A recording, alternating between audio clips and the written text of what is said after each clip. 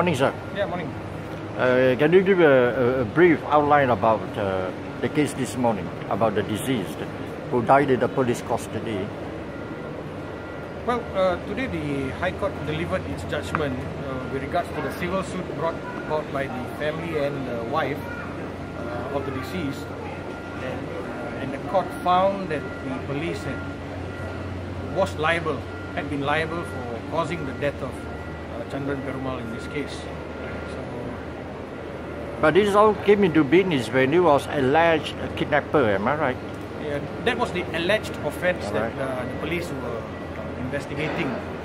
In fact, there was no credible evidence to say that he actually had involved himself in any criminal activity. This is a man who had no criminal record, and the facts of this case are that all he did was to inform his brother-in-law that there was a baby for adoption. That was all that he did. So for all intents and purposes, an innocent man died for no reason in the police custody. And can you give us a simple comparison? What is so much different from each individual case?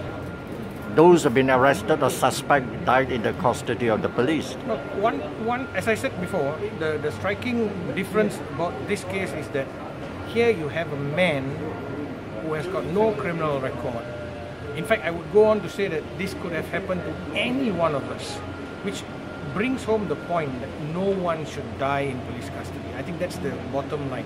Nobody, everybody should be feeling very safe walking into the police station, knowing very well that they will be able to come out safe and sound. Nobody should be brought out on a stretcher. Right. Now, what if, let's say, for example, you have won the case today, but the problem is from the custodian, that is the police. If that is not been rectified, then the case will have new cases on and on. I agree. What needs to be done is, I think, the implementation of the Royal Commission's recommendation that we set up the IPCMC. I think that's the only way forward, and that's the only way we are going to wipe out or remove this death in custody problem once and for all. I believe that the government will appeal. At this juncture, I do not know what their plans are, but we have to be prepared for an appeal in its eventuality. I think that's part of the process. Any last words, sir? Well, I think on behalf of the family, we are pleased with the decision, and I think we appeal to the government not to further the sufferings of the family.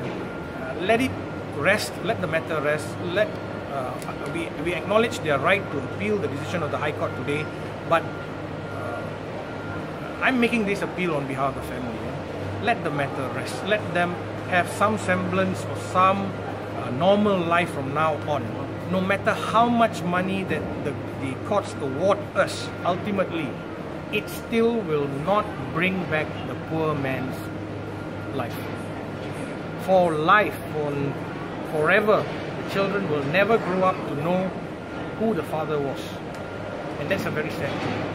So for those grounds, I implore upon the government not to appeal the decision.